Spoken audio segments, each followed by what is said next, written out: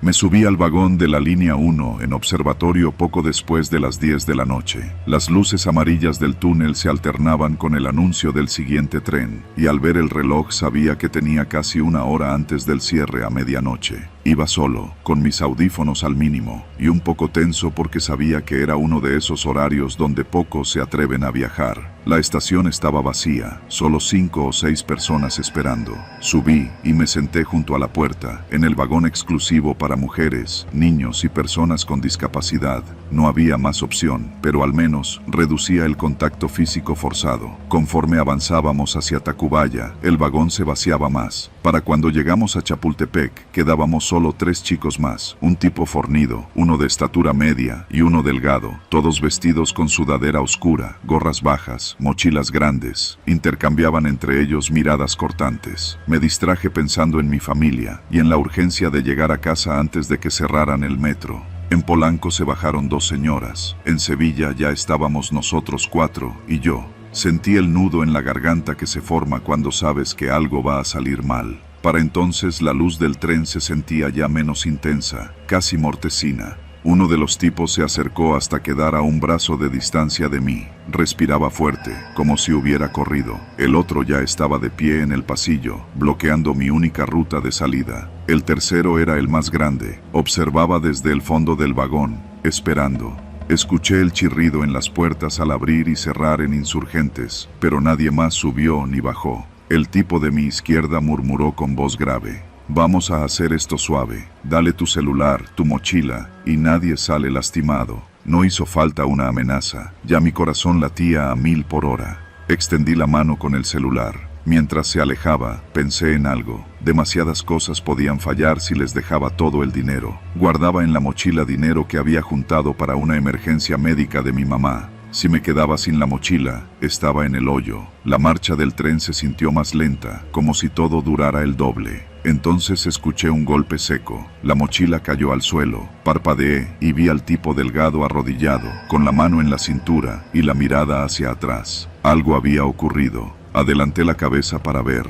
El grande estaba forcejeando con una muchacha que había subido en Polanco. Quería robarle el celular. Ella se defendía con uñas, gritos suaves, y logró zafarse. Fue en ese momento cuando el tipo fornido, el más brillante, me empujó al fondo del vagón, me arrinconó contra una ventana sucia y empezó a golpearme con el puño cerrado. Menté su madre, sentí el metal frío del marco del asiento en mi espalda. No podía responder.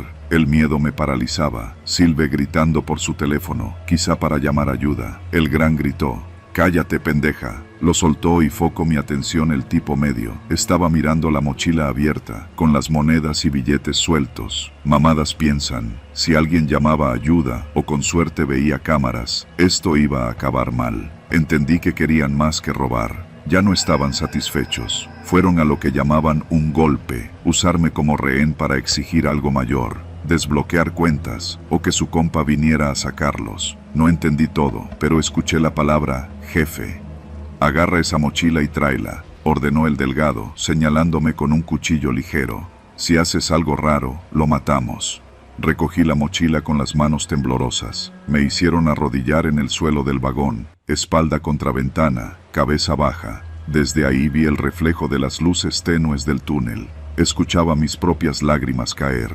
No había nadie más. Un sujeto con radio les decía algo. Palabras sueltas. «Listos, se van, esperen señal». Supe que querían sacar más botín, pero la policía no podría responder tan rápido. Llegamos a la estación Valderas. Las puertas se abrieron. Se vio un pasajero caminando por el andén con bolsa de compras. Otro con cara de cansado cargando una mochila enorme. Somos 3 contra un hombre, pero no bajaron. El tipo grande se paró de golpe y los otros 2 lo siguieron. Cortésmente me dijeron que saliera del vagón con la mochila. Lo hice, sin mirar a nadie, en posición de víctima. Sentí el contacto del suelo firme y frío. Me ordenaron avanzar, una vez afuera, a la cabeza de muchedumbre del metro. El tipo grande me empujó en la espalda para obligarme a dirigirme al pasillo oscuro. Los 3 me siguieron, uno delante, uno atrás. Pasé por taquillas cerradas, grafitis, anuncios pegados, sombra. Avanzamos por el túnel de correspondencia hacia la línea 3 del Metrobús. Debía pagar con mi tarjeta digital, pero ellos me indicaron que mejor llevarían ellos. En la escalera mecánica se detuvo el tipo grande y me dijo al oído: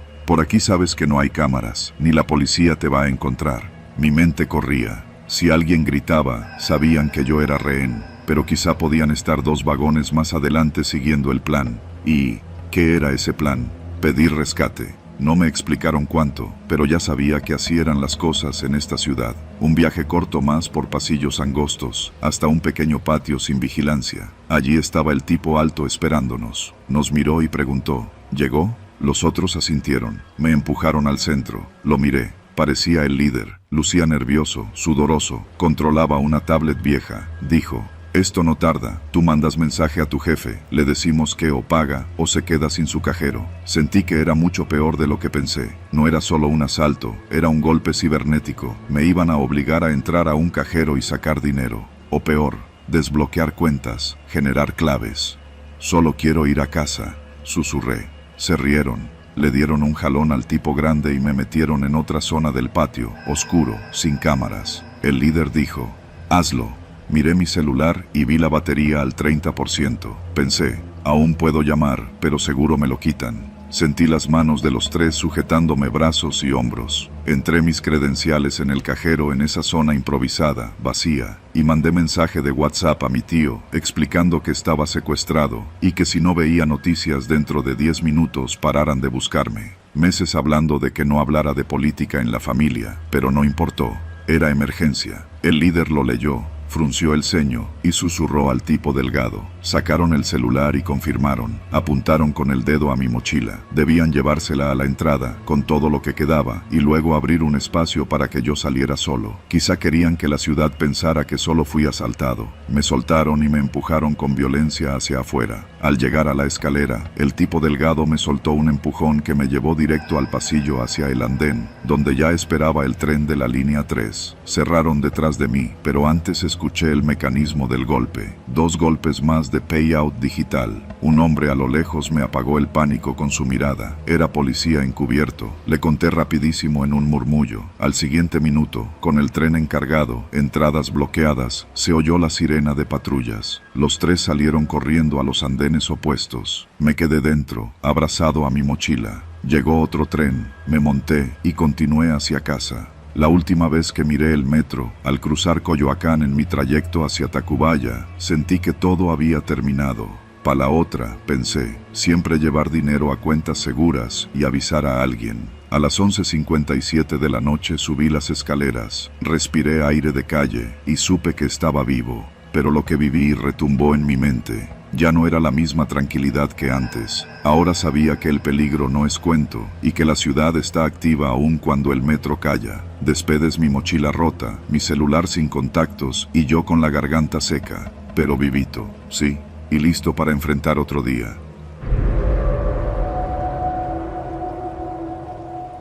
Esa noche regresaba de cenar con unas amigas en la colonia Roma. Eran cerca de las 11 de la noche, y yo, Mariana, estaba cansada, pero con esa sensación ligera que dejan las risas compartidas. Había decidido no manejar para poder tomarme unas copas, así que pedí un taxi por aplicación. No era Uber ni Didi, sino uno de esos servicios menos conocidos que a veces salen más baratos. El coche llegó rápido, un Tsuru blanco algo viejo. El chofer era un tipo de unos 40 años, moreno, de barba rala, con camisa azul desabotonada en el cuello. Me llamó la atención que el auto no tenía calcomanías ni logos, pero no quise ser paranoica. En la aplicación decía que era él. Subí al asiento trasero. Buenas noches. Buenas, contestó sin mirarme, con una voz apagada. Desde el principio algo me inquietó. No me preguntó mi nombre ni confirmó la dirección, como suelen hacer los choferes. Empezó a manejar de inmediato. Intenté no darle importancia. Saqué mi celular y abrí Instagram, pero al poco tiempo noté que no íbamos por la ruta habitual.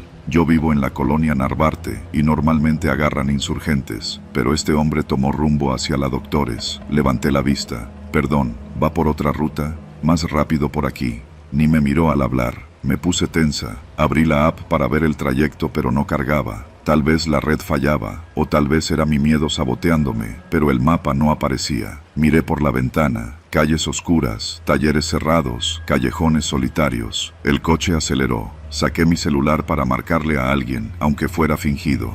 No hay señal aquí, dijo de pronto el chofer, como si pudiera leerme la mente. Eso me heló la sangre. Me pegué a la puerta. ¿Podría bajarme aquí, por favor? Me siento mal. Ya casi llegamos. Otra vez esa voz hueca. Me fijé en el tablero. Iba a 70 kilómetros por hora. Si saltaba del coche, me mataba. Si lo provocaba, ¿qué haría él? Empecé a mirar a los lados buscando algo, alguien, un puesto abierto, un coche patrulla. Nada. En eso, escuché un sonido seco, un clic. Lo miré. Había accionado el seguro de puertas. El sudor me empapó las palmas. El corazón retumbaba en mi pecho. «Por favor, déjeme bajar. Aquí está bien», grité. El hombre no respondió. El coche tomó un giro brusco hacia calles aún más oscuras. Pasamos frente a un taller mecánico donde había 3 hombres fumando. Pensé en gritar, pero las palabras no salían. Intenté desbloquear la puerta, pero nada. El seguro estaba puesto. La ciudad, que siempre me había parecido ruidosa y vibrante, se volvió un laberinto de silencio. Apreté los dientes. En mi bolsa tenía un gas pimienta, regalo de mi hermana. Lo saqué despacio. El hombre no me miraba, pero noté que se tensó cuando lo hice. «No haga tonterías», dijo, esta vez mirándome por el retrovisor. Entonces lo vi. En su espejo retrovisor había algo más, miedo. Él estaba nervioso. De pronto entendí. Algo estaba mal. Para él también. El celular vibró en mi mano. Milagrosamente entró una llamada. «Andrea», contesté. «Mariana, ¿dónde andas?» «Ayuda. Estoy en un taxi. No sé dónde. Me están». Y en ese momento, el hombre frenó de golpe. El coche se detuvo en seco en una calle sin alumbrado. El chofer me miró directo, los ojos desorbitados. «No era a ti, no eras tú». «¿Qué?», dije sin entender.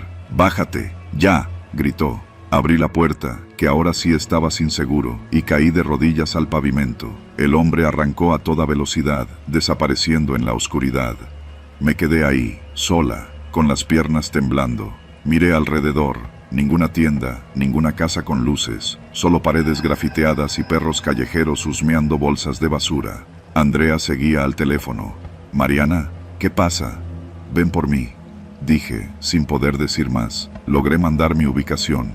Andrea, junto con su hermano, llegó en 15 minutos. Cuando los vi venir, me derrumbé. Lloré como nunca. Ellos me abrazaron, temblando junto conmigo. La policía llegó después. Les di la descripción del auto, del chofer, pero ellos apenas tomaron nota. Me dijeron que seguramente era un secuestro express mal planeado, que buscaban a otra persona, que tuve suerte. Suerte. Qué palabra tan frágil. En mi casa, esa noche no dormí. Pensaba en todo, en el momento en que el hombre me vio por el retrovisor y supe que él también estaba asustado, en cómo su plan había cambiado, en cómo su miedo lo hizo huir. ¿Qué hubiera pasado si no dudaba? ¿Si seguía con su trabajo? Pasé semanas sin poder subirme a un taxi. Caminaba más, usaba el metro, pedía a mis amigas que me acompañaran. Mi hermana me compró un gas pimienta nuevo. Yo, cada vez que lo veía, recordaba esos ojos aterrados en el retrovisor.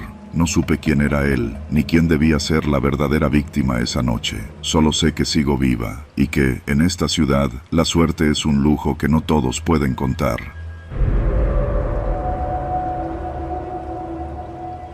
Me llamo Julián, tengo 42 años, soy comerciante en Ciudad de México, y nunca pensé que acabaría viviendo con miedo todos los días. Tengo una tienda de abarrotes modesta en la colonia Narvarte. Heredé el local de mi papá, que lo levantó con años de esfuerzo, vendiendo de todo un poco: refrescos, pan de caja, dulces, leche, papel higiénico. Nada lujoso, pero lo suficiente para mantener a mi esposa, Paulina, y a mis 2 hijos, Emiliano y Sofía, de 7 y 9 años. La tienda es mi vida. Abro a las 8 de la mañana, cierro a las 9 de la noche. Así ha sido desde que tengo memoria. Me gusta platicar con los vecinos, saber quién compra qué, ver a los niños irse a la escuela con su lonche en la mano. Pero hace 3 meses, todo cambió. La primera llamada fue un martes. Eran como las 7 de la tarde. Paulina estaba ayudándome a acomodar los yogures cuando sonó el teléfono del local. Contesté sin pensar. «¿A qué hora pasan por la cuota?», dijo una voz rasposa, directa. «Perdón, ¿quién habla?»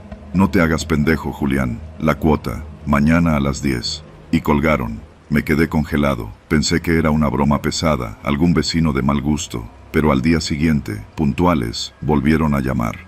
10,000 pesos a la semana, o vamos a tener problemas.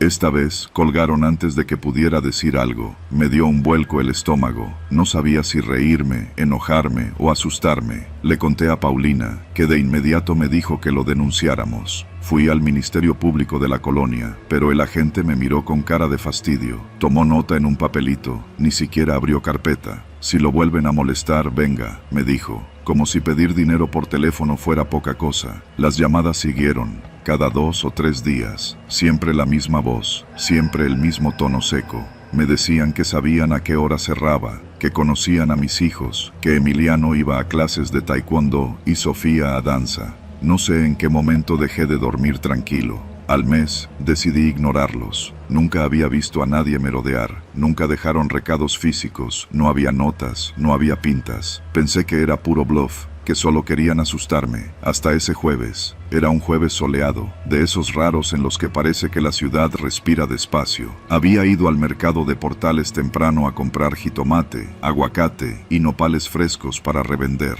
Regresé, abrí la tienda, atendí a los mismos de siempre. Paulina pasó a media tarde para traerme tortas, y luego se fue por los niños al parque. Cuando dieron las 9, cerré la cortina metálica, me subí a mi coche y vi algo pegado al parabrisas. Eran fotos. 4 fotos impresas en papel brillante. En la primera, Emiliano columpiándose. En la segunda, Sofía haciendo castillos de tierra. En la tercera, Paulina sentada en una banca, mirándolos. En la cuarta, los 3 caminando juntos rumbo a casa, por la calle Nicolás San Juan. Me temblaron las piernas, las manos se me pusieron heladas, sentí que el corazón me iba a explotar del pecho. Miré a todos lados, no había nadie, solo unos chavos platicando en la esquina, una señora paseando a su perro, un coche estacionado con las luces apagadas. Subí al coche, arranqué casi sin mirar. Esa noche no pude cenar, no pude hablar. Paulina me preguntaba qué tenía, pero no podía decirlo. Solo le dije que no quería que saliera sola, que dejara de llevar a los niños al parque, que yo pasaría por ellos al colegio.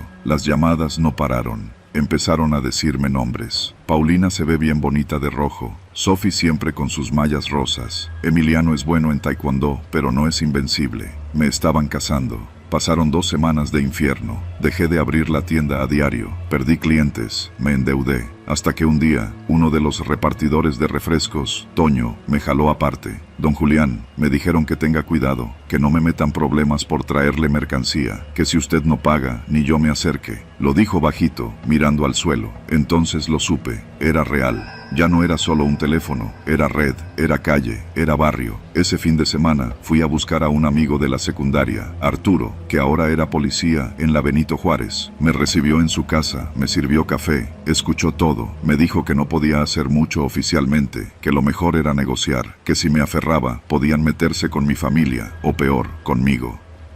No dormí esa noche, ni la siguiente. La tienda estaba cerrada casi todo el tiempo. Me metí a internet, busqué casos, leí testimonios. Todos decían lo mismo, pagan o se hunden. El lunes decidí que iba a vender el local, iba a salirme de ahí antes de que las cosas se pusieran peores. Tenía unos ahorros, lo justo para mudarme, cambiar a los niños de escuela, empezar de cero. Pero antes, fui al banco. Cuando regresé a la tienda para sacar unas cosas, había algo pegado a la cortina. Era una hoja, escrita a mano. Última oportunidad, hoy a las 10. Eran las 9:30. Me encerré adentro, apagué las luces, me senté detrás del mostrador. Tenía el celular en la mano, listo para llamar a Arturo. Pero no lo hice. Me quedé ahí, temblando, esperando.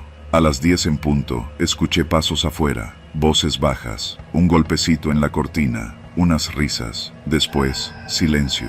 Cuando por fin reuní el valor para salir, eran casi las 11. Afuera no había nadie, pero en el piso, junto a la entrada, había una cajita de cartón. La levanté, temblando. Dentro había un peluche de Sofía, el mismo que llevaba días buscando, y una nota. Bonita familia, cuídala. Esa misma noche, metí a mi familia en el coche. Nos fuimos al departamento de mis suegros en Iztapalapa. Vendí el local a mitad de precio. Arturo me ayudó a poner una denuncia formal, aunque sabía que no iría a ningún lado. Un mes después, nos mudamos a Querétaro. Todavía, algunas noches, sueño con esos días. Con el teléfono sonando, con las fotos, con el peluche. Sueño que me llaman, que me dicen que ya saben dónde estoy, que escuchan a mis hijos reír en el patio. Me despierto sudando, sintiendo que algo me mira desde la ventana, pero cuando abro los ojos, los veo a ellos, a Paulina, a Emiliano, a Sofía, y entonces respiro, porque sobrevivimos, porque nos fuimos a tiempo, porque todavía estamos juntos, y eso, en este país, ya es ganancia.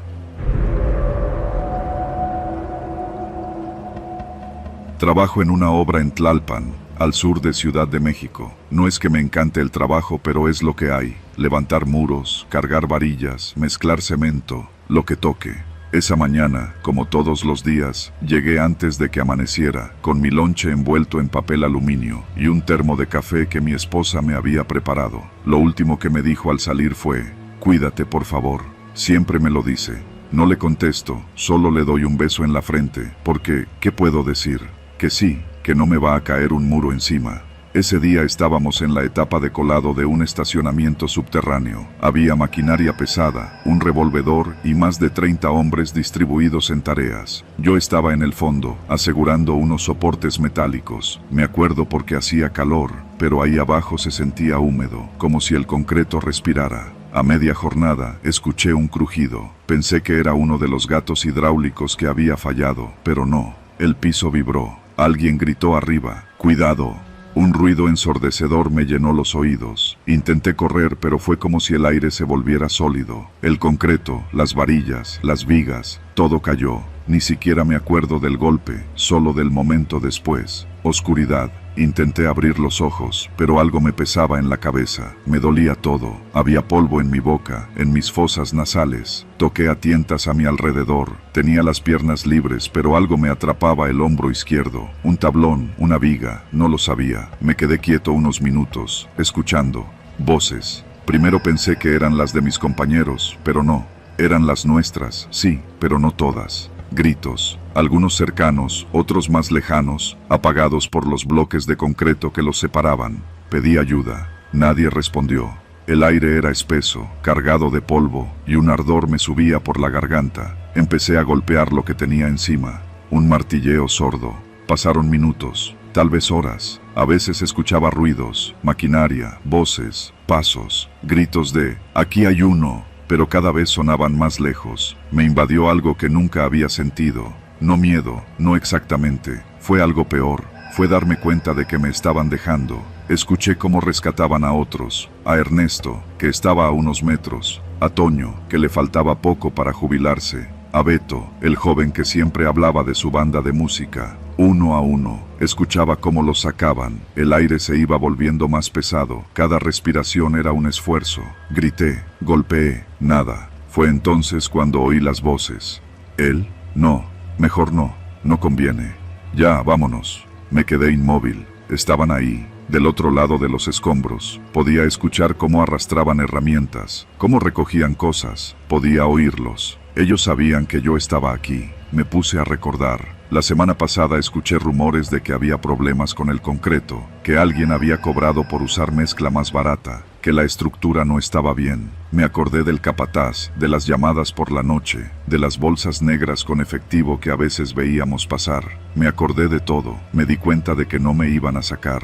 Mi respiración se hizo lenta. No sé cuánto tiempo pasó. A veces escuchaba maquinaria, voces cada vez más lejanas. Me dolía el cuerpo, pero eso ya no importaba. El aire se estaba acabando, pero algo en mí se negó a rendirse. Con la mano libre, busqué en mi cinturón. Tenía un pequeño martillo. Empecé a golpear, con todas las fuerzas que me quedaban. 1, 2, 100 veces, hasta que escuché algo. Silencio. Luego, un golpe. Alguien al otro lado. ¿Hay alguien? Intenté gritar, pero apenas me salió la voz. Escuché cómo se movían cosas, cómo se levantaban pedazos de concreto. Una luz se filtró. Vi un rostro, un bombero. Nunca había visto algo tan hermoso. Me sacaron entre varios. Cuando por fin estuve afuera, el sol me cegó. El aire fresco era tan intenso que me dolía. Vi pasar a algunos de los ingenieros de la obra. Hablaban rápido, nerviosos. Me di cuenta de que no estaban sorprendidos de verme vivo. Estaban preocupados. Sabían que yo sabía, que había escuchado, que no debía debía haber salido. Me metieron en una ambulancia. Un paramédico me preguntó mi nombre. Dije que me llamaba Mario, que era obrero. Dije que no recordaba nada, que no sabía qué había pasado, que solo quería ir a casa. Lo repetí hasta que me lo creí, porque en esta ciudad, a veces sobrevivir significa callarse, significa cerrar los ojos cuando todo se cae encima, y cuando por fin logras salir, cuando por fin respiras aire limpio, sabes que hay cosas que es mejor no decir, porque algunos derrumbes no vienen del concreto, sino de arriba. Salí de mi departamento en la colonia Roma Norte un viernes a mediados de junio, temprano. Mi intención era alcanzar el primer tren en la estación Insurgentes, que inicia su servicio a las 5 de la mañana entre semana en la línea 1 del metro de la CDMX. Corrí avenida Chapultepec, con el sudor pegado a la espalda, y bajé al ingreso suroriente justo a tiempo. Me colé entre las puertas que cerraban, sentí el olor a sudor, a la mezcla de café recién comprado en un carrito, y el ligero tufo a humedad que sube del túnel. Busqué un asiento junto al muro, me volví a colocar los audífonos y revisé el pendrive que había preparado para la universidad.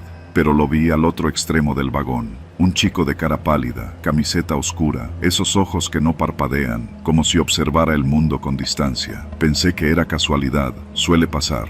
En la siguiente estación, Valderas, llegó más gente, pero él no se levantó. Se quedó ahí, quieto, como si su centro gravitacional fuera el tren mismo. No pude dejar de mirar. Algo en su postura me erizó la piel. No me apartaba los ojos, pero sus pupilas no se movían hacia ningún otro punto salvo hacia mí. Lo sentía. Me levanté y me acerqué a la puerta, buscando alejarme sin dramatismo. Bajaría en Cuauhtémoc. Cuando me bajé en Cuauhtémoc, la estación estaba abarrotada, aunque más tranquila que Insurgentes. Los murales de Águila me vieron pasar rápido. Caminé hacia el otro andén, justo cuando él bajó del mismo tren atrás de mí. Mi corazón se apretó. No esperaba encontrármelo tan pronto. Cada viaje en el metro desde Insurgentes hasta mi casa implicaba transbordo a Metrobús o RTP.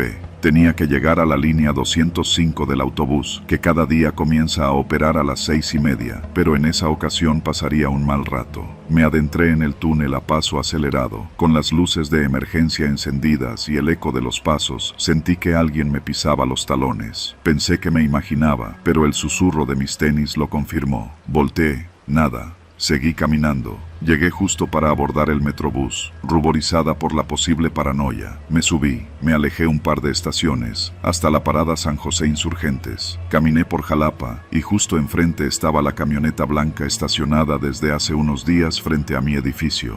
Esperé verla. Encendí el celular y marqué a mi hermana por puro reflejo.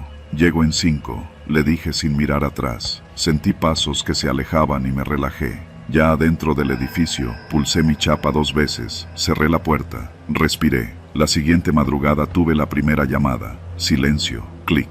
Lo ignoré, dormí mal. Al día siguiente, tenía clase a las 8. Tomé el metro otra vez temprano. A esa misma hora, el tren de vuelta y el seguimiento continuó. Volví a verlo. Cruzó con exactitud mi rumbo. Llegué a la facultad. Respiré dentro. Mi vida se volvió nerviosa. A cada cierre, cada vez que marcaba mi chip de seguridad, el coche blanco seguía. No era coincidencia. Revisé apps de cámaras vecinales. Siempre estaba esa misma camioneta. Rodeé para despistarlo. Llegué por la calle Oaxaca. Bajé por la parte trasera del edificio. Yo nunca entraba por ahí. Caminé rodeando el lote baldío contiguo. Entré a mi departamento. Respiré ya sin aliento. Noté que la llave estaba floja, como si alguien la hubiera forzado un poco antes. Mi corazón no cabía en el pecho. No era paranoia ni coincidencia. Ese mismo día llamé a la policía. Llegaron rápido, me asesoraron, me recomendaron vigilancia programada. Dormí esa noche con el teléfono en mano, lista para marcar al 011 siempre. Al amanecer siguiente, bajé a buscar pan. No quise caminar, pedí un Uber. Observé desde adentro cómo la camioneta blanca se detenía junto al edificio. El conductor se bajó, tocó el timbre de al lado, hablé con la vecina y supo que no vivía ahí. Intentó abrir la puerta. Llamé al conductor, expliqué en voz baja. Esperé 2 minutos eternos y vi cómo se iba. Me temblaban las manos. Subí de inmediato. Armé testimonio. Exhibí video. La policía revisó cámaras de Metrobús, camioneta y número de placa. Eran robos comunes en esa zona. Ese tipo usaba ese modo para identificar pisos vacíos y unidades vulnerables. En los días siguientes me instalaron malla electrificada y cámaras conectadas. Pedí alerta vecinal.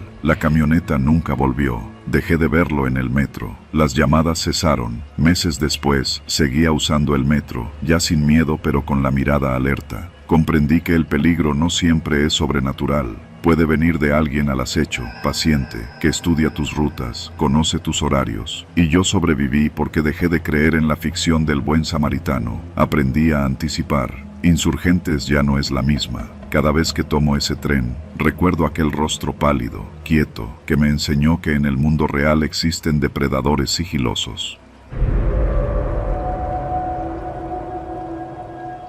Nunca pensé que escribiría esto, pero lo hago porque necesito sacármelo de la cabeza. Si no lo cuento, siento que me voy a volver loco.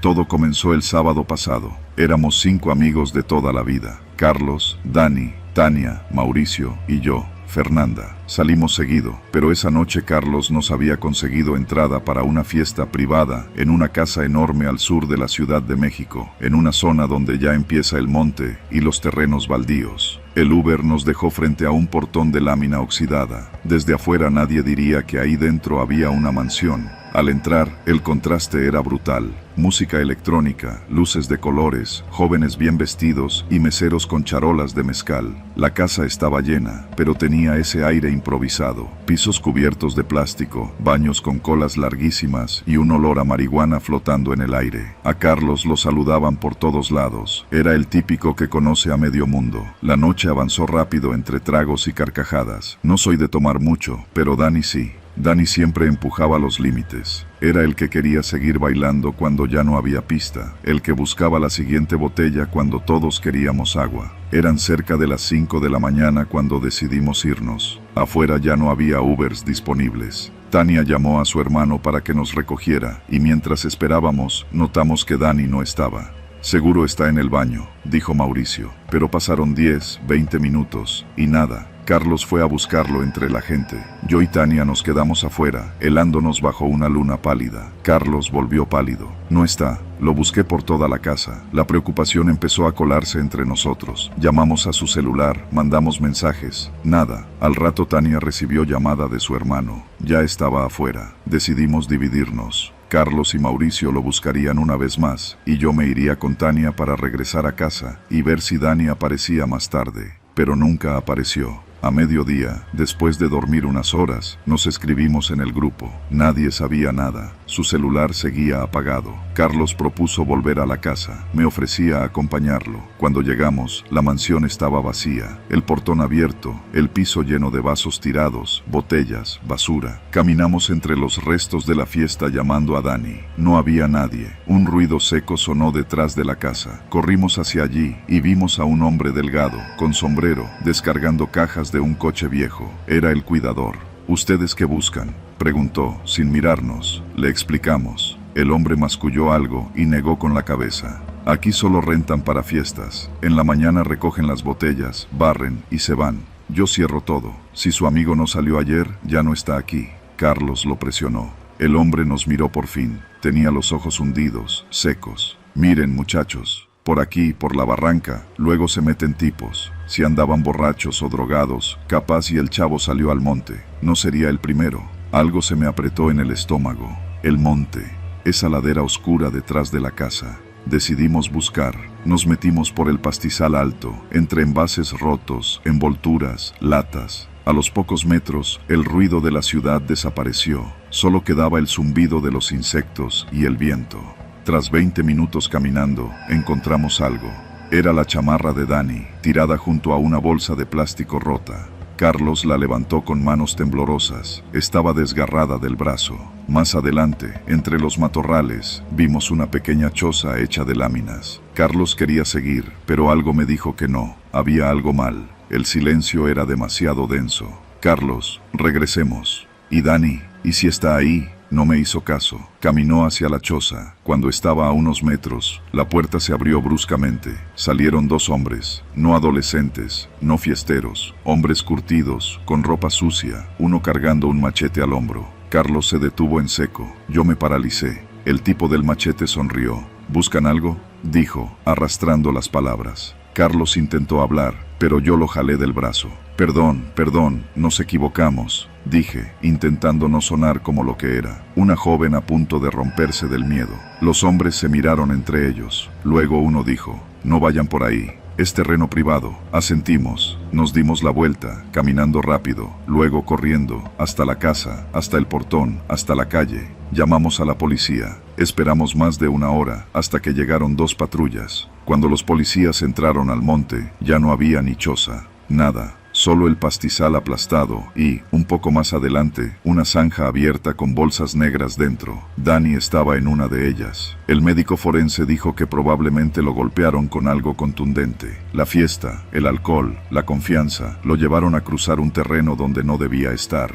En la delegación nos explicaron lo que no sale en las noticias. Muchas de esas casas en la periferia son usadas por grupos para lo que llaman levantones express. Se mezclan entre la fiesta, escogen a alguien distraído, lo sacan por la parte de atrás, le sacan tarjetas, contraseñas y a veces, si algo sale mal, lo matan. A nosotros, nos arruinó la vida. Ninguno ha vuelto a ser el mismo. Carlos se encerró. Tania dejó de salir. Mauricio se fue de la ciudad. Yo sigo teniendo pesadillas. Dani mirándome desde la oscuridad del monte, extendiendo la mano, pidiéndome ayuda. Conté esto porque quiero que quede escrito, porque quiero que si alguien lo lee y alguna noche está en una fiesta en una de esas casas donde la ciudad muere y empieza el campo, piense 2 veces antes de alejarse del grupo, porque al final, la ciudad no mata, lo hacen los hombres, y de esos hay muchos más de los que creemos.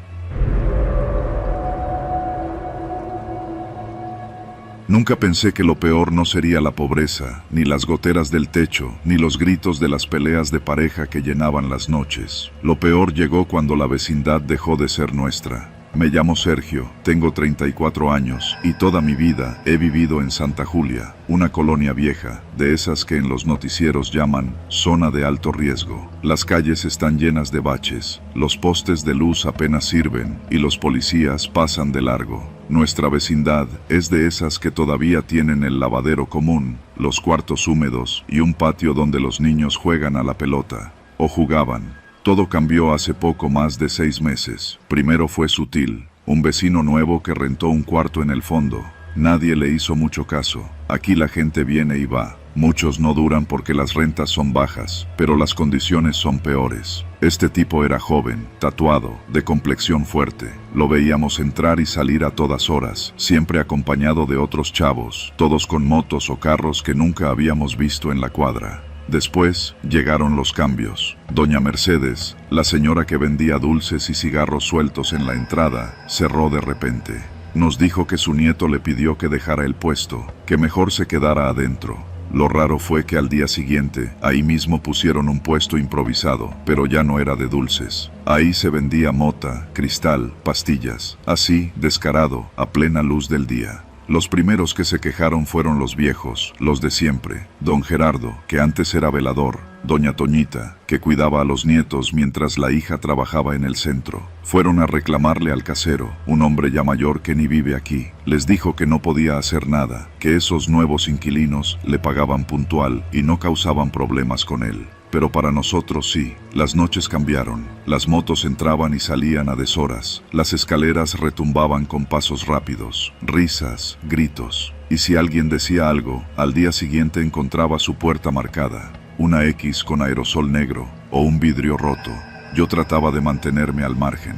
Trabajo de velador en un estacionamiento, llego a casa de madrugada, cansado, solo queriendo dormir. Pero no es fácil cuando afuera escuchas cómo golpean a alguien, cómo lo arrastran por las escaleras, cómo las vecinas llaman a la policía y nadie viene. Un día, algo cambió para mí. Mi hermana, Ana, de 23 años, vivía conmigo, estudiaba en la nocturna y trabajaba medio tiempo. Una noche, llegó llorando, pálida. Me dijo que uno de esos tipos la había seguido hasta la entrada, que le había dicho cosas asquerosas, que la había agarrado del brazo. Ella se zafó y corrió, pero el miedo ya estaba sembrado. Esa noche no dormí, esa noche me quedé sentado frente a la puerta, con un bat de madera que ni sé usar. Al día siguiente, fui a hablar con el líder, Todos sabíamos quién era. Marco, el primer tipo que llegó. No había forma de acercarse sin cruzarte con alguno de sus amigos. Esperé afuera del cuarto, rodeado de humo, música fuerte, gente entrando y saliendo. Cuando al fin salió, le hablé con calma. Le dije que respetaran a mi hermana, que éramos vecinos, que no queríamos problemas. Marco se me quedó viendo en silencio. Luego sonrió.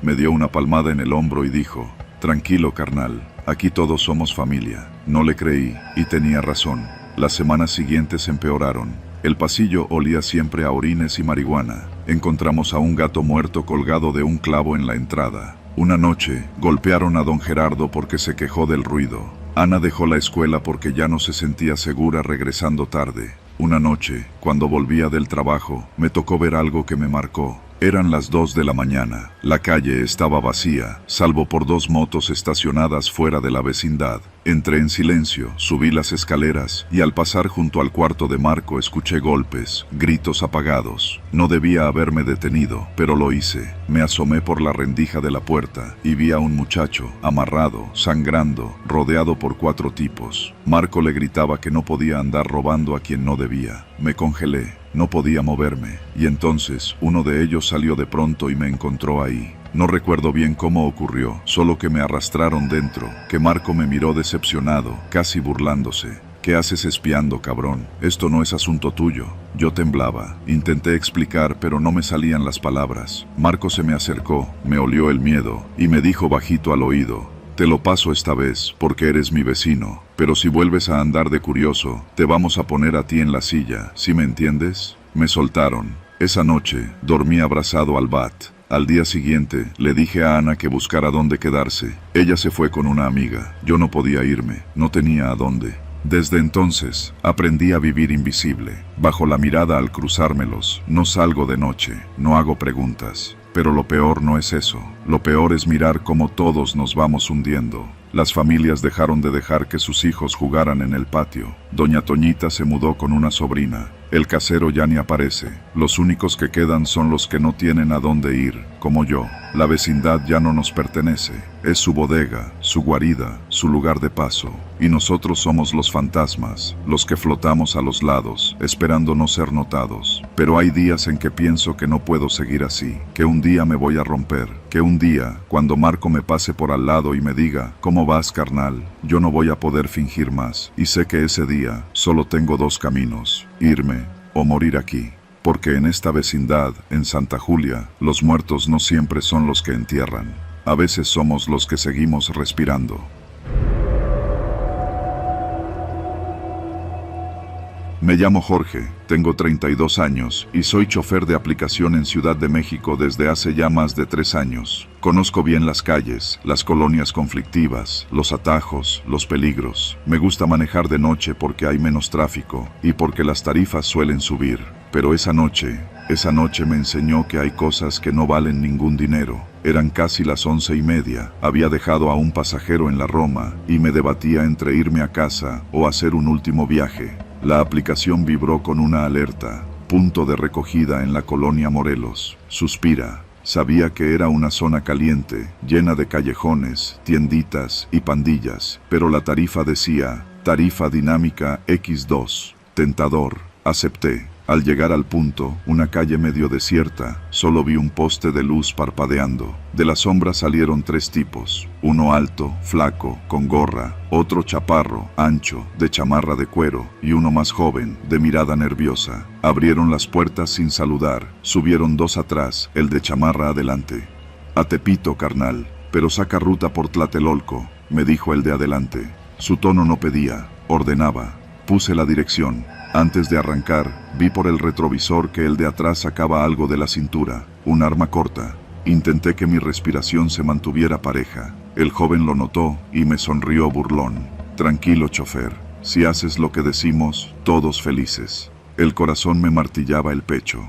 Manejar era automático, pero cada semáforo, cada alto, cada coche al lado, sentía que era una oportunidad de huir o de empeorar todo. Ellos hablaban bajo, entre murmullos. Alcancé a oír palabras sueltas: entrega, jale, caja, El de adelante me daba instrucciones de rutas, callejones, desviaciones. A medida que avanzábamos, fui entendiendo. No iban a Tepito a divertirse, iban a entregar algo. En cierto punto, el de adelante sacó su celular y marcó. «Ya vamos llegando, dile al pelón que estamos completos», dijo. El Uber lo traemos amarrado. Me tragué el miedo. No sabía si amarrado era literal. Las manos en el volante temblaban apenas, lo justo para que no me delatara. Cuando llegamos a una esquina oscura, el de atrás golpeó mi asiento. «Bájate, carnal». Mi garganta se secó. No podía, no debía. «¿Cómo?», atiné a preguntar. «Que apagues el coche, lo dejes aquí y nos acompañes. No seas pendejo». Miré alrededor. Nada, solo un puesto cerrado y un perro husmeando bolsas. Apagué el motor.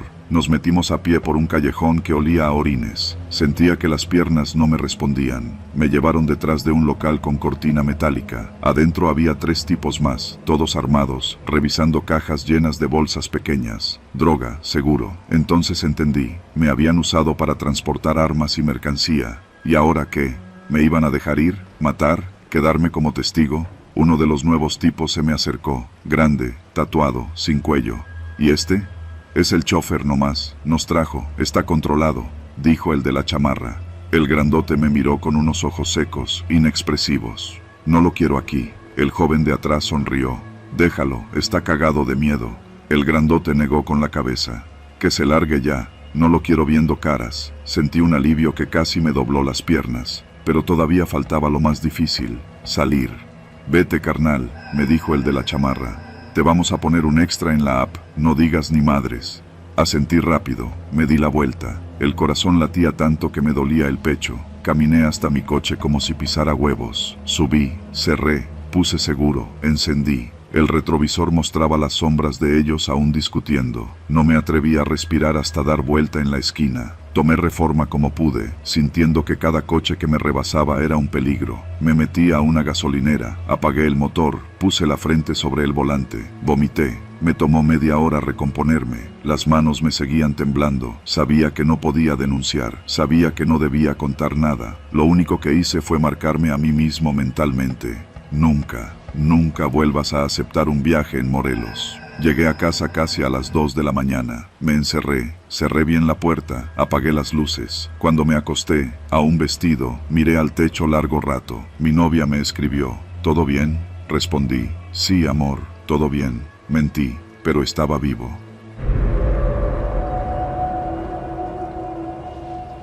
Me llamo Ernesto. Trabajo en una fábrica en la zona industrial de Vallejo, en Ciudad de México. Son jornadas largas, de esas que te dejan el cuerpo molido, pero el dinero apenas alcanza para mantener a mi esposa y a mi hija pequeña. Esa noche había salido más tarde de lo normal. Las máquinas fallaron al cierre y tuve que quedarme, lo que significó salir casi a la medianoche. Manejaba por 100 metros, rumbo a Tlalnepantla. Las calles estaban casi vacías, solo taxis, camiones de carga y uno que otro coche particular. En los cruceros apenas pasaban unos cuantos. El cansancio pesaba y todo lo que quería era llegar a casa, darme un baño rápido y abrazar a mi familia. Fue al cruzar por la lateral de Insurgentes Norte que lo vi. Un retén. Era raro, no había escuchado nada en las noticias sobre operativos esa noche, pero allí estaban, al menos 4 patrullas blancas con azul, conos fluorescentes mal puestos y 3 oficiales haciendo señales para detener a los autos. Me detuve como todos. Había 2 coches delante de mí. Vi a los oficiales con sus chalecos reflejantes, uno con un radio en la mano, otro alumbrando con una lámpara las caras de los conductores. Pero algo me empezó a incomodar. Las patrullas no tenían los códigos encendidos, solo las torretas sin luz. Cuando llegó mi turno, uno de ellos golpeó suavemente mi vidrio con la lámpara. Bajé un poco la ventanilla. El tipo era joven, uniforme impecable, barba recortada. «Buenas noches, jefe. ¿A dónde va?» «A casa. Salgo de trabajar». «¿Me muestra sus papeles, por favor?» Le pasé mi licencia. El tipo la revisó con calma, demasiado lento. «Baje, por favor. Es un operativo de rutina». Ahí lo sentí. Ese pequeño golpe en el estómago que no es miedo, sino intuición. Miré por el espejo retrovisor. Detrás de mí, los otros coches ya no estaban. Uno se había ido por la lateral, otro parecía haberse arrepentido y se había regresado en reversa. Solo yo quedaba. «¿Hay algún problema, oficial?», pregunté, intentando que mi voz no delatara el temblor que ya sentía en la garganta. «Nada grave, jefe, pero bájese, por favor». Obedecí. Cuando cerré la puerta del coche, noté que los otros dos policías no estaban viendo los coches. Uno fumaba, recargado en la patrulla, y el otro miraba la pantalla del celular, dándole scroll como si estuviera en su sala. Eso no era un retén, eso era otra cosa. El oficial joven me hizo caminar hacia la banqueta. ¿Sabe qué? Tiene aliento alcohólico. Vamos a hacerle una prueba. ¿Ha tomado hoy? No, oficial. Salgo de trabajar. ¿Seguro? Porque si no quiere que lo llevemos al torito, mejor coopere. Y ahí me cayó el 20. No eran policías. Vi como el otro tipo, el del cigarro, se acercaba. Ya no tenía puesta la gorra. Dejaba ver un corte de pelo casero. En su cinturón, la funda de la pistola estaba vacía. El tercero guardó el celular en la bolsa de la chamarra. El joven me sonrió. Mire, no se complique. Deme lo que traiga. Efectivo, tarjetas, lo que sea. Y ahorita lo dejamos ir. ¿Va? Me puse tenso. No traía mucho. Un billete de 500 pesos doblado en la cartera y una tarjeta de nómina con menos de 1000 pesos. Pensé en mi esposa, en mi hija. No valía la pena arriesgarse. Saqué la cartera, pero el tipo del cigarro habló. ¿Y el coche? Ahí me recorrió un calor en el pecho. No, el coche no. Mire, es sencillo, dijo el joven, ahora con otro tono, más bajo, más filoso. Nos lo llevamos. Usted dice que se lo robaron. La aseguradora responde. Todo mundo contento. Oh, podemos ponernos pesados. Los otros dos ya estaban a mi lado. Uno puso una mano en mi hombro. Sentí el plástico frío del chaleco. Yo miré alrededor. Era la madrugada, la avenida vacía. Ni un alma, ni un coche. Nada. ¿Qué, jefe? ¿Cómo le hacemos? Me dijo el joven. Me entró un temblor en las piernas. Pero de pronto, algo raro. Al fondo, vi luces. Un taxi venía a toda velocidad, zigzagueando por la avenida. Y atrás, otro coche, tal vez un Uber. Y pensé, si me resisto, me matan aquí, me tiran al baldío y mañana soy una nota roja. Pero si logro aguantar unos segundos, si provoco algo, tal vez puedan ayudarme. El joven me jaló. Vamos, compadre, no me haga perder tiempo. Yo di un paso atrás, brusco. No, no me voy a dejar. El tipo me empujó. Sentí el golpe en el pecho, pero yo ya había gritado. ¡Ayuda! ¡Auxilio! ¡Me están robando! Los otros se tensaron. El del cigarro maldijo. El joven trató de taparme la boca, pero yo seguí gritando, ya sin pensar. Me salió de las entrañas. El taxi pasó rápido, pero el Uber redujo la velocidad. Vi al conductor mirar hacia nosotros. El joven me soltó. Volteó a verlo. Vámonos, dijo el del celular. Se subieron a las patrullas. En cuestión de segundos, arrancaron a toda velocidad. Vi cómo las placas estaban tapadas con cinta negra. Los conos quedaron tirados. El Uber se detuvo a unos metros. Bajó la ventana. «¿Está bien?», me gritó el conductor. «Llame a la policía, por favor». El tipo asintió y sacó el celular.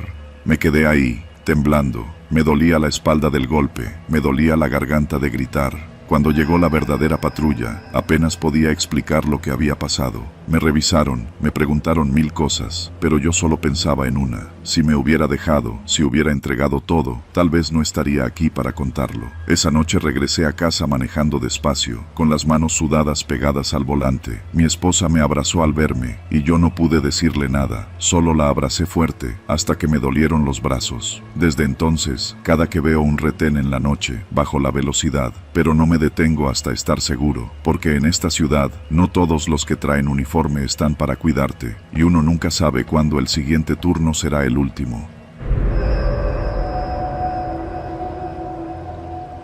Vivo en la unidad habitacional El Rosario, al norte de Ciudad de México. Mi nombre es Luisito, tengo 9 años y todavía recuerdo bien aquella noche de octubre. No porque fuera mi cumpleaños, no porque hiciera frío, sino porque fue la noche en que dejé de asomarme por la ventana. Eran como las 10:30 de la noche. Papá estaba trabajando en el turno nocturno de la fábrica y mamá veía la novela en la sala. Yo estaba en mi cuarto, pegado al vidrio empañado, mirando la cancha de fútbol que quedaba entre los edificios 9 y 10. Era un patio iluminado solo por una lámpara vieja que parpadeaba. Ahí, unos chavos siempre jugaban hasta tarde, pero esa noche no había nadie. Me acuerdo que escuché un ruido raro, como un golpe seco. Pensé que alguien había tirado algo desde los pisos altos, porque eso pasaba seguido, pero no.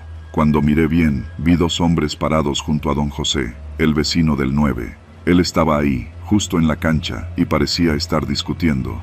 Don José siempre fue amable conmigo. Me regalaba dulces a escondidas cuando me encontraba en la tienda. pero esa noche no sonaba su voz, no escuchaba sus regaños, solo veía cómo movía las manos, nervioso, mientras los otros dos hombres lo rodeaban. Uno de ellos sacó algo brillante de su chamarra. No lo entendí al principio. Solo vi que don José cayó de rodillas. El sonido del disparo fue seco, apagado, pero retumbó en mi pecho como un tambor. El otro hombre lo sostuvo de la chamarra mientras el primero le disparaba otra vez, esta vez a quemarropa. Don José cayó hacia un lado, y la lámpara lo iluminó apenas, mostrando un hilito oscuro que salía de su cabeza. Me tapé la boca para no gritar. Quise correr con mi mamá, pero algo me dijo que no me moviera. Fue cuando uno de los tipos levantó la cara, miró hacia arriba, directo a mi ventana. Yo estaba seguro de que la luz de mi cuarto estaba apagada, seguro, pero ese tipo me vio, le dio un codazo al otro y señaló hacia arriba. Los dos se quedaron un segundo mirando, y luego, con una calma espeluznante, empezaron a caminar al edificio 9. Quise gritar, pero la voz no me salió. Escuché la puerta del edificio retumbar cuando la empujaron, y supe que venían. Me lancé al pasillo. «Mamá», le grité, con una voz que ni yo reconocí. Ella se levantó de golpe, asustada. «¿Qué pasó? ¿Qué hiciste?», me gritó. «Mamá, mamá, mataron a don José, nos vieron, vienen para acá». Mamá me miró confundida, pero luego escuchamos los pasos, primero en el primer piso, luego en el segundo. Era un sonido apurado, de zapatos chocando contra los peldaños de concreto. Vivíamos en el tercero. Mamá me tomó de los hombros y me arrastró al baño. Cerró la puerta con seguro, me tapó la boca y me abrazó fuerte. Nunca la había sentido temblar así. La escuché rezar bajito, pidiéndole a la Virgen. Los golpes empezaron. Al principio eran puertas lejanas, de vecinos que abrían para ver qué pasaba. Luego, escuchamos voces. ¿Quién fue? ¿Quién estaba asomado? «Párate en todas las puertas, cabrón, que no se nos vaya». Un golpe seco sacudió la puerta del departamento. Mamá me abrazó más fuerte. Yo lloraba en silencio, con las manos metidas entre sus costillas y el estómago. Sabía que no podíamos hacer ruido, que no podíamos movernos. «Abre, doña, vecina, un favor, queremos preguntar algo», gritó una voz al otro lado. Era una voz gruesa, falsamente amable. Golpearon otra vez. Luego otro golpe más fuerte, como si intentaran tumbar la chapa. Yo no podía ver, pero escuchaba cómo la madera crujía. Entonces, un vecino habló desde el pasillo. «¿Qué buscan, güeyes?» «Nada, compa, nada, tranqui, solo queremos platicar». Mamá soltó el aire como si no supiera que lo había contenido. Me apretó contra ella, y sentí que sus lágrimas caían en mi cabello. Me metió entre las piernas, como intentando hacerme desaparecer. Los golpes se detuvieron. Por un momento, todo fue silencio, y luego escuchamos el rechinido de la puerta del departamento contiguo. «¿Aquí fue? ¿Quién estaba en la ventana, carnal?» Y otra vez los golpes, otra vez los gritos, otro vecino que se asomó, otra respuesta cortante. Empezaron a patear varias puertas. Mamá susurraba desesperada. Yo apenas podía respirar. Pasó lo que me parecieron horas, pero fueron minutos. Finalmente escuchamos cómo bajaban corriendo por las escaleras. Las voces se fueron apagando, una carcajada, luego el portazo de abajo. Nos quedamos encerrados en el baño hasta que escuchamos a doña Marta, la vecina, golpear suave la puerta. «Mari, ya se fueron, hija. ¿Estás bien, verdad?» Mamá abrió, y yo salí temblando. Doña Marta estaba ahí, pálida, con el rosario colgado de las manos. Otros vecinos asomaban desde sus puertas, comentando en voz baja, con miedo. Alguien dijo que don José estaba tirado en la cancha. Alguien más mencionó llamar a la patrulla, pero todos sabíamos que no vendría nadie, no por nosotros. Esa noche, mi mamá me hizo dormir en su cama, me abrazó fuerte, me dijo que lo olvidaríamos, que no pasaría nada, que solo no volviera a asomarme. Pero al día siguiente, cuando fuimos a comprar tortillas, el casero ya estaba pintando la fachada del edificio, cubriendo con pintura blanca algo que no pude ver. En la cancha, el piso seguía manchado, y yo nunca volví a abrir mi ventana, porque todavía sueño con esos ojos que me vieron, con esa sonrisa torcida que descubrí cuando la lámpara parpadeó por última vez. Nunca le conté a nadie que, al final, antes de irse, uno de ellos levantó el dedo índice a su boca, mirándome fijamente desde abajo, pidiéndome silencio. Y yo, hasta hoy, he cumplido.